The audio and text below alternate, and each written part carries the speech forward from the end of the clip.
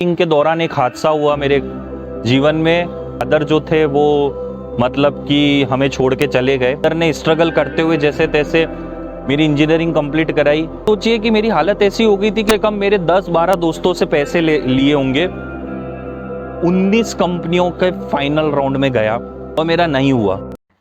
Hello viewers, welcome to our channel Mr and Mrs Panchal. तो आज आप देख ही रहे होंगे कि मैं हमारे बिल्डिंग के रूफटॉप पे खड़ी हूँ। तो आज कोई फूड ब्लॉग या फिर कोई ट्रैवल ब्लॉग नहीं होगा। आज एक मैं आपको इंस्पिरेशन स्टोरी बताने वाली हूँ जो कि हमेशा मुझे भी मोटिवेट करती है कुछ अच्छा काम करने के लिए। तो ये इंस्पिरेशन स्टोरी और किसी की नहीं बल्कि मेरे हस्बैंड की ही है। तो हमेशा हम हमारे लाइफ में सोचते हैं, थोड़ा सा कोई चीज़ अपने को चाहिए होती है वो ट्राई करते हैं, पर अगर अपने को वो चीज़ में सक्सेस नहीं होता है तो हम हार मान जाते हैं। पर ऐसा नहीं होता, हमेशा हम लोग हमारे नसीब को दोष देते हैं। हमें हमेशा ट्राई करते रहना चाहिए। और ये मोटिवेशनल स्टोरी आपको मेरे हस्बैंड के मुंह ज़बानी सुनने में अच्छा लगेगा, तो आगे वो कंटिन्यू करेंगे इस ब्लॉग को। तो आप ज़रूर देखिए और आपको ये वीडियो अच्छा लगे तो लाइक करें और सब्सक्राइब करें हमारे चैनल को।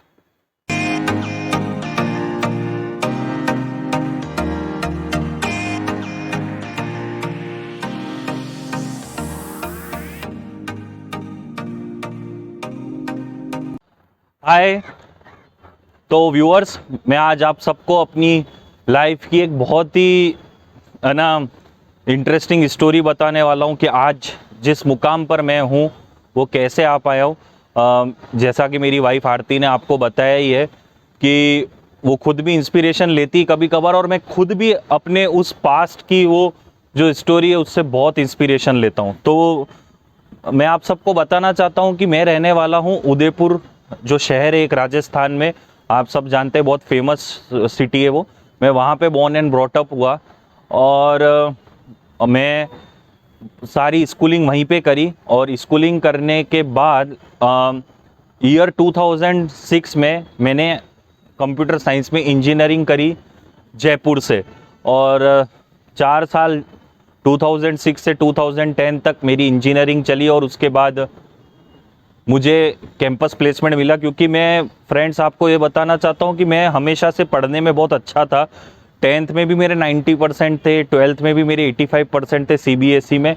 और हमेशा मैंने पढ़ाई के ऊपर ध्यान दिया। क्योंकि एक बात बता रहा हूँ फ्रेंड्स, मैं उस समय मतलब लोअर मिडिल क्लास फैमिली से था और इतना घर पे हमारे कभी मतलब कि कह सकते हैं कि इतना मतलब पैसा नहीं आता था कि हम फुल एंजॉय करें। और हमेशा से हमारे घर में माहौल था कि पढ़ाई अच्छी करोगे तो कुछ अच्छा बनोगे। तो मैं हमेशा पढ़ाई में अच्छा रहा, तो स्कूलिंग सब हो गई, सब अच्छा रहा। और मैंने आपको बताया मेरी इंजीनियरिंग 2006 से मैंने 2010 करी और मेरे को कैंपस प्लेसमेंट भी मिला। बट इन सब के बीच में इंजीनियरिंग के दौरान एक हादसा हुआ मेरे जीवन में जो बहुत बड़ा था कि मेरे फादर जो थे वो मतलब कि हमें छोड़ के चले गए। तो छोड़ के मतलब चले गए, आप समझ ही सकते हैं कि वो नहीं रहे।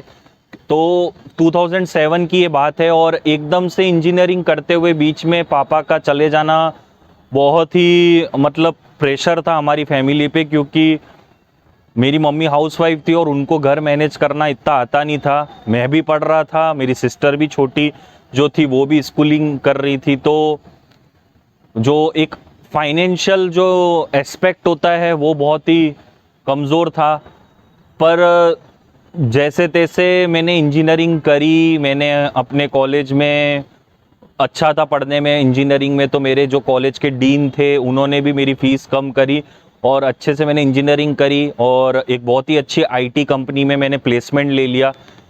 तो तब मुझे जाके थोड़ा अच्छा लगा। मेरी मदर ने स्ट्रगल करते हुए जैसे तैसे मेरी इंजीनियरिंग कंप्लीट कराई, क्योंकि वो भी अपना छोटा मोटा कुछ ना कुछ काम करके मतलब कि फाइनेंशियली थोड़ा सा घर चला रही थी। यहाँ तक तो ठीक था फ्रेंड्स। उस IT कंपनी को मैंने ज्वाइन भी किया 2010 के लास्ट में। तो मैं उस IT कंपनी में चेन्नई गया। मैंने 2011 और 2012 तक उस कंपनी में काम किया। पर एक आपको बात बता देता हूँ फ्रेंड्स कि उस समय सैलरी थी वो कम ही हुआ करती थी। आईटी कंपनी में इंजीनियरिंग एंट्रेंस वालों की सैलरी इतनी नहीं होती थी। कट कुटा के मुझे 20,000 रुपये जितने आते थे, तो मैं इतना नहीं बचा पाता था कि घर को भी चला सकूं और खुद का खर्चा भी चेन्नई में मैं निकाल सकूं। तो मैं उस 1.5-2 साल जब तक मैंने काम किया, मुझे बहुत ही मतलब कि अंदर से अच्छा नहीं लगता था कि मैं कुछ कर नहीं पा रहा हूँ ज़्यादा, या कब मैं अच्छा कमा पाऊँगा। तो मैंने सोचा कि क्यों ना मैं आगे और पढ़ाई करूँ, क्योंकि मैं पढ़ने में अच्छा था और बहुत लोग मुझे कहते थे कि तू आगे कुछ अच्छा पोस्ट ग्रेजुएशन कर ले। तो इसी के चक्कर में मैंने एमबीए के एंट्रेंस एग्ज़ाम्स देने शुरू करे। वो भी एक बहुत बड़ा खर्चा होता है एमबीए एंट्रेंस एग्ज़ाम्स देना, क्योंकि फॉर्म्स बहुत महंगे आते हैं। तो मेरी सैलरी का है ना, लगभग उस समय मेरे को याद है कि लगभग 5-5, 6-6 हज़ार रुपये के तो मैं फॉर्म्स ही भर रहा था। तो मैंने भरा, एग्ज़ाम दिए और किसी तरह मैं अच्छे से एक एग्ज़ाम मैंने निकाल दिया। तो मैंने सोचा चलो ठीक है, अब एमबीए कर लेते हैं। तो मैंने पुणे से एमबीए करी थी। 2012 में मैंने एक पुणे के एक इंस्टीट्यूट को ज्वाइन किया, जो कि एक अच्छा प्रोमिनेंट इंस्टीट्यूट है एमबीए में। तो अब आपको दोस्तों, अब मैं आपको बताता हूँ कि स्ट्रगल क्या होता है। घर मेरा चल रहा था, मेरी सिस्टर भी बड़ी हो गई थी और वो भी कॉलेज में घुस गई थी, तो उसका भी एक फाइनेंशियल खर्चा था। और मेरी मम्मी ऑलरेडी मतलब कि बहुत ही मतलब कह सकते हैं कि बहुत प्रेशर में थी, क्योंकि मेरी भी वापस एमबीए की तैयारी शुरू होने वाली थी और इधर मेरी सिस्टर भी कॉलेज कर रही थी।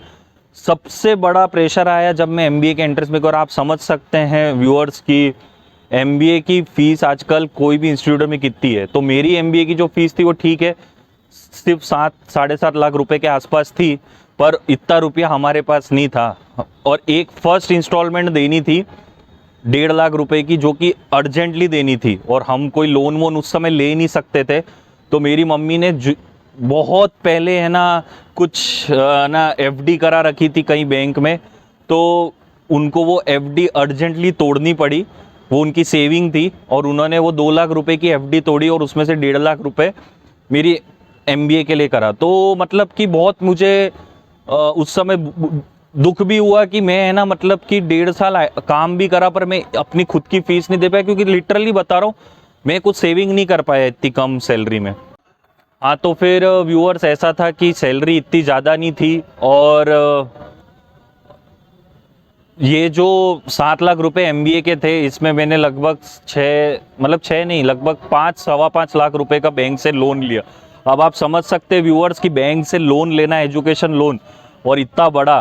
तो आजकल बैंक वालों की सुविधा ये थी उस समय कि ठीक है, आप जब तक एमबीए कर रहे हो तब तक आपको उस लोन का इंटरेस्ट नहीं भरना है, पर जिस दिन आपका एमबीए ख़त्म हुआ उसी दिन से आपको इंटरेस्ट के साथ साथ उसकी ईएमआई भरनी है।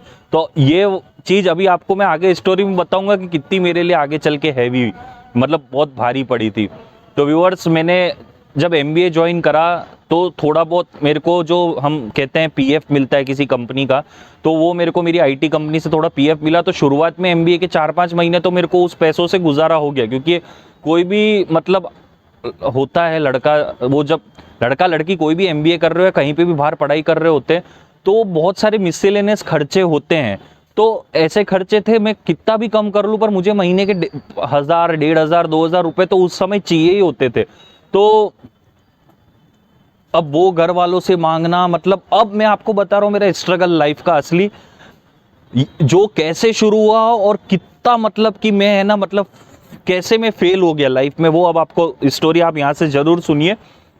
तो एमबीए के दौरान मैं आपको बता रहा हूँ कि मेरे घर पे कोई पैसे की सुविधा नहीं। मेरी जो छोटी बहन है वो भी पढ़ाई कर रही थी और उसको भी अपना खुद का थोड़ा आभास हुआ कि हाँ खर्चा है, तो वो भी थोड़ा छोटा मोटा ट्यूशन्स, होम ट्यूशन्स लेके अपना खर्चा निकाल रही थी।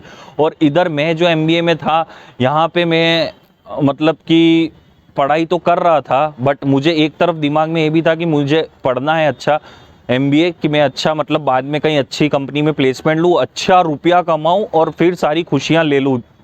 तो 1 साल मेरा एमबीए का अच्छा गया, पर जो मेरा सेकंड ईयर था वो बहुत ही मतलब ख़राब था। वो इसलिए ख़राब था फ्रेंड्स, क्योंकि मेरे पास पैसा बिल्कुल नहीं था, मैं घर वालों से बिल्कुल नहीं मांग पा रहा था क्योंकि उनके पास भी इतनी सुविधा नहीं आ पा रही थी। मेरे खर्चा निकालना इतना मुश्किल हो गया था कि जो मेरे आईटी कंपनी के टाइम पे दोस्त थे, इवन मेरे है ना मतलब कि जो कॉलेज टाइम पे मेरे फ्रेंड्स थे, मैं उन लोगों से फ़ोन कर करके उस ज़माने में, ये बात है 2013-14 की, मैं 200 रुपये कब मांगता था, कभी किसी से 150 रुपये मांगता था कि मुझे 150 दे दे, मेरे अकाउंट में जमा कर दे। तो आप ये सोचिए कि मेरी हालत ऐसी हो गई थी कि मैं उस ज़माने में, उस सेकंड ईयर में एमबीए में, मैंने कम से कम मेरे 10-12 दोस्तों से पैसे लिए होंगे। और आपको मैं कैसे समझाऊं कि मेरे लिए भी बहुत मुश्किल होता था मांगना। और आप कुछ भी कह दो, कुछ अच्छे दोस्त भी होते हैं और कुछ ऐसे होते हैं जो इनडायरेक्टली आपको कभी बोल भी देते हैं कि हाँ भाई पैसा लिया है तो कब देगा।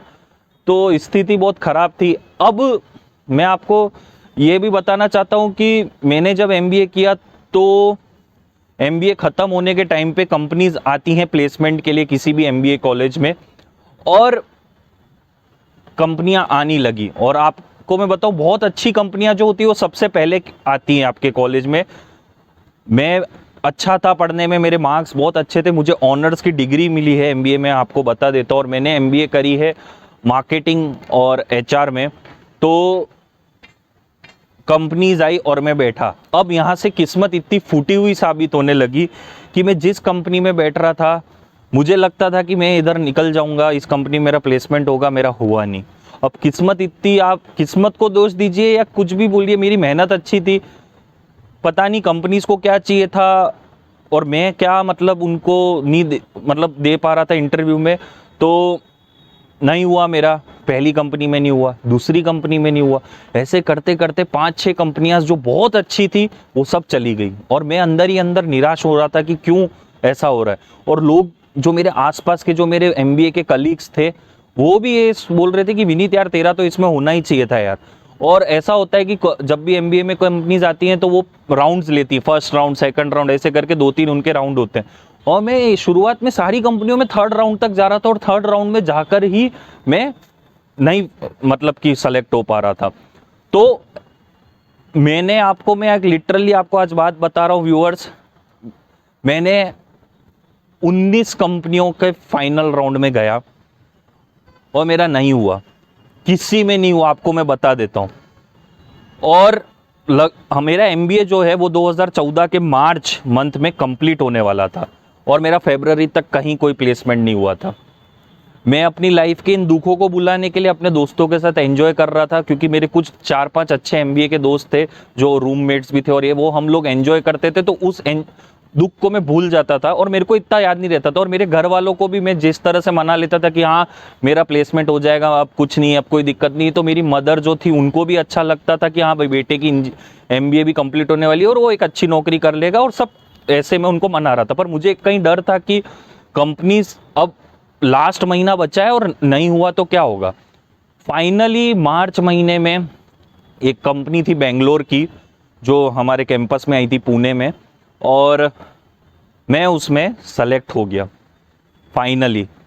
अब मेरी जो एक्सपेक्टेशन थी उसके अकॉर्डिंग तो मुझे पे पैकेज नहीं मिला। मुझे उस ज़माने में लगभग 2014 में 7 लाख पर एनम का मिला, जबकि मेरी उम्मीद थी कि मुझे 10 लाख का पैकेज मिले। तो 7 लाख था, और आप समझ सकते हैं 7 लाख का अगर सीटीसी है तो आपको महीने के 40,000 रुपये, 35,000 रुपये के आसपास इनकम टैक्स और कट उठा के मिल जाएगा। तो मुझे उस कंपनी में मिला, मैं खुश भी था, थोड़ा दुख भी था, पर ठीक है, मेरे घर वालों को बताया, उन्होंने भी ये कहा कि कोई बात नहीं बेटा, एक बार कंपनी में मिल गया है, जाओगे तो आप आगे और अच्छी कंपनियों में जाना, तुम अब आगे और पढ़ो। तो मुझे भी लगा कि चलो ये तो एक स्टार्ट है, धीरे धीरे मैं ऊंचा हो जाऊंगा। तो यहाँ तक मेरी एमबीए की कहानी थी कि मेरा एक कॉलेज से प्लेसमेंट हो गया एक कंपनी में, और मार्च में मेरा एमबीए 2014 में कंप्लीट हो गया। अब जो स्टोरी है इंटरेस्टिंग, जो मेरे लाइफ को पूरी तरह से बदल देने वाली थी, वो शुरू होने वाली है अब। और वो आगे की स्टोरी आपको मैं अगले वीडियो पार्ट 2 में बता रहा हूँ।